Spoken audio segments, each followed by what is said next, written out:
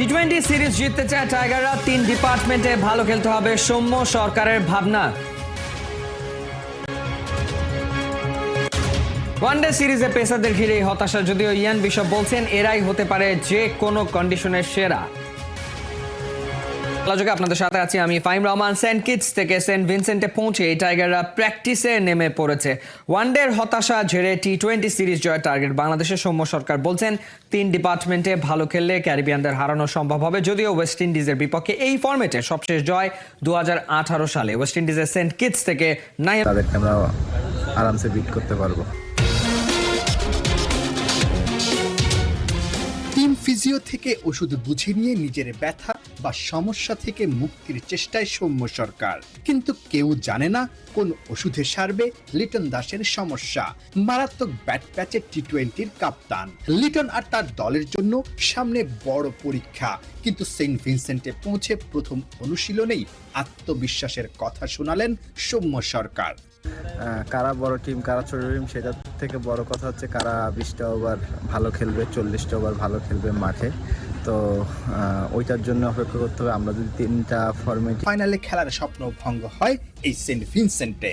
One day সিরিজে white wash হলেও Soumya, Miraj, Zaker, তানজিদদের bat হেসেছে। সেই আত্মবিশ্বাসেই টাইগাররা স্বাগতিকদের হারানোর সাহস খুঁজে পাচ্ছে। নর্মালি ওয়ানডে ক্রিকেটে আমরা বড় জিনিস আছে যে আমরা ব্যাটসম্যানরা অ্যাটলিস্ট 300 রান করছি, এটা একটা ভালো দিক। এবং সিরিজ শুরুর আগে 6-এর চক্করে লিটন দাসরা। সবশেষ 6 টি-20-তে টাইগারদের কোনো জয় নেই। আবার এই ফরম্যাটে ক্যারিবিয়ানদের বিপক্ষে সবশেষ জয়টা সেই 6 বছর আগে। চ্যাম্পিয়ন্স ট্রফির আগে দল নিয়ে ভাবনায় ক্রিকেট বোর্ড। ব্যাটারদের অধারাবাহিকতা দুশ্চিন্তার কারণ জানিয়েছেন পরিচালক ইফতেখার রহমান। তার মতে ইনিংস বড় করার অভ্যাস করতে হবে ক্রিকেটারদের। সাকিব ইস্যুতে কোনো সমাধানে পৌঁছায়নি বিসিবি, কথা বলেছেন ইংল্যান্ডের দেয়া বোলিং নিষেধাজ্ঞা নিয়ে। দুঃসময় পিছু ছাড়ছে না সাকিব আল হাসানের। বাংলাদেশ অলরাউন্ডারের বোলিং অ্যাকশনে ত্রুটি খুঁজে পেয়েছে ইংল্যান্ড ক্রিকেট বোর্ড। আপাতত খেলতে পারবেন না ইসিবি স্বীকৃত কোনো টুর্নামেন্ট। রাজনৈতিক জটিলতা আর নিরাপত্তা ইস্যুতে অনিশ্চিত দেশে ফেরা। চ্যাম্পিয়ন্স ট্রফির স্কোয়াডে থাকবেন কিনা এ নিয়েও আছে প্রশ্ন। সব মিলিয়ে দেশ সেরা ক্রিকেটারকে নিয়ে সমর্থকদের মতো ধোঁয়াশায় বোর্ডও। এখন পর্যন্ত নাকি পরিচালকদের মাঝে সাকিব ইস্যুতে তেমন আলোচনা হয়নি। ইংল্যান্ডের দেয়া নিষেধাজ্ঞা থেকে মুক্তির সুযোগ রয়েছে সাকিবের, তবে মুক্তি না মিললেও খেলতে বাধা নেই আন্তর্জাতিক ক্রিকেট।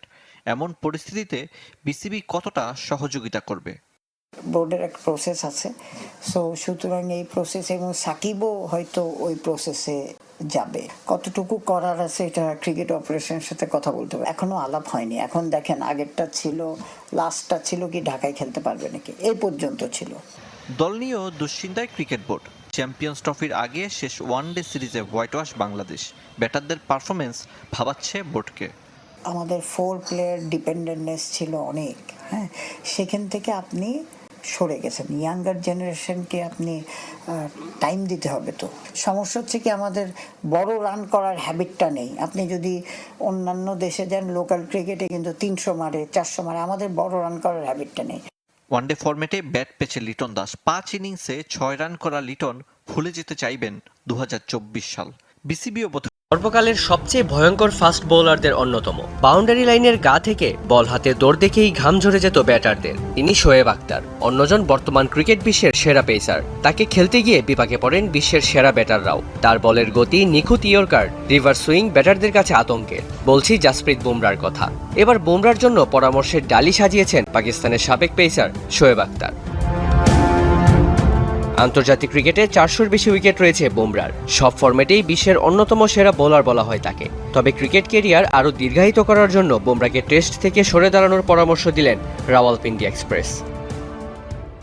টেস্ট ক্রিকেটে অনেক দীর্ঘ স্পেলে বোলিং করতে হয়, ফলে ব্যাটাররা অ্যাটাক করে না খুব একটা। তাই লাইন লেন্থটা সেখানে অতটা প্রভাব ফেলে না। সেখানে আপনার দরকার উচ্চ গতি। তবে সে যদি টেস্ট ক্রিকেট চালিয়ে নিতে চায় তবে তার গতি আরও বাড়াতে হবে। আমি যদি তার জায়গায় থাকতাম আমি শর্টার ফরম্যাটেই নিজেকে আটকে রাখতাম। হঠাৎ করে বুমরাকে কেনই বা এমন পরামর্শ দিলেন বিশ্বের সবচেয়ে দ্রুতগতির এই পেসার? এর পেছনে অবশ্য যুক্তিও দেখিয়েছেন শোয়েব আখতার। দুটি সংক্ষিপ্ত ফরম্যাটে ওয়ানডে ও টি-20-তে বুমরা খুব দুর্দান্ত বোলার, কারণ সে লেংথটা খুব ভালো জানে। আমি মনে করি সে ডেট ওভারে অসাধারণ। পাওয়ার প্লেতে সে দুদিক থেকে বল সুইং করাতে পারে। আমার মতে ক্যারিয়ার লম্বা করতে চাইলে এই দুই ফরম্যাটেই খেলা উচিত। এখন পর্যন্ত 42টি টেস্টে 185 উইকেট শিকার করেছেন বুমরা। তার সামর্থ্য স্বীকার করেই টেস্ট থেকে দূরে থাকার পরামর্শ দিয়েছেন Shoaib Akhtar. Mehedi Rian, Jamuna sport. England cricket board Shakib Al হাসানের বোলিং অ্যাকশন নিষিদ্ধ করার পর কোন পথে টাইগার অলরাউন্ডারের বোলিং ভবিষ্যৎ? জাতীয় দল কিংবা অন্যান্য ঘরোয়া টুর্নামেন্টে বোলিং করতে পারবে কিনা? আইসিসির নিয়ম অনুযায়ী কোনো স্বীকৃত পরীক্ষাগার থেকে বোলিং অ্যাকশন পরীক্ষা দেওয়ার পরও অবৈধ হলে সংশ্লিষ্ট ফেডারেশন যে সিদ্ধান্ত নেবে সেটাই আন্তর্জাতিক ও অন্যান্য ঘরোয়া টুর্নামেন্টে কার্যকর হবে। মূলত অলরাউন্ডার হওয়ায় বেশিরভাগ ফ্র্যাঞ্চাইজি লিগে দল পেতেন সাকিব। তবে এখন কি সাকিব সব ফ্র্যাঞ্চাইজি লিগে বল করতে পারবেন? আন্তর্জাতিক অঙ্গনে ফিরলেও বোলিংয়ের ব্যাপারে কি নিয়ম আছে আইসিসির?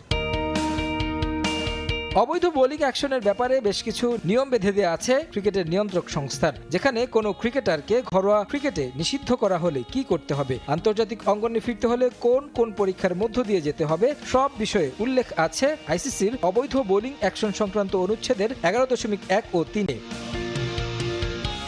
যেখানে বলা হয়েছে আইসিসির অন্তর্ভুক্ত কোনো ক্রিকেট ফেডারেশন যদি একজন বোলারকে তাদের নিজস্ব নীতিমালার অধীনে ঘরোয়া ক্রিকেটে বোলিং নিষিদ্ধ করে এবং সেই নিষেধাজ্ঞা যদি স্বীকৃত পরীক্ষাগারে মানসম্মত বিশ্লেষণী বিধি অনুসরণ করা হয়, তাহলে সেই নিষেধাজ্ঞাকে আইসিসি আমলে নেবে এবং আন্তর্জাতিক ক্রিকেটেও আরোপ করবে।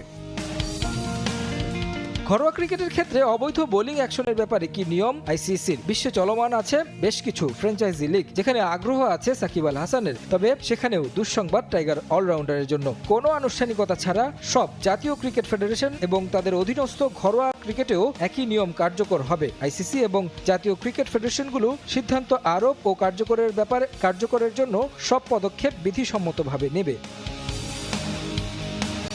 আবারও বোলিংয়ে ফিরতে কি করতে হবে সাকিবকে, সেখানেও আছে আইসিসির কিছু নিয়ম অনুযায়ী সেই খেলোয়াড় যে কোনো সময় তার। বাংলাদেশের ক্রিকেটে এখনো লাগেনি পেশাদারিত্বের ছোঁয়া। সে কারণে একটি মাত্র ত্রিদেশীয় টুর্নামেন্ট জয় ছাড়া বলার মতো কিছুই নেই। বৈশ্বিক আসর চ্যাম্পিয়ন্স ট্রফিতে একবার সেমিফাইনাল খেললেও বিশ্বকাপে টাইগাররা যেতে পারেনি সেখানেও। তবে বয়সভিত্তিক দল আর নারীদের ক্রিকেটে রয়েছে কিছু সাফল্য, সেখানেই আটকা বাংলাদেশ ক্রিকেট।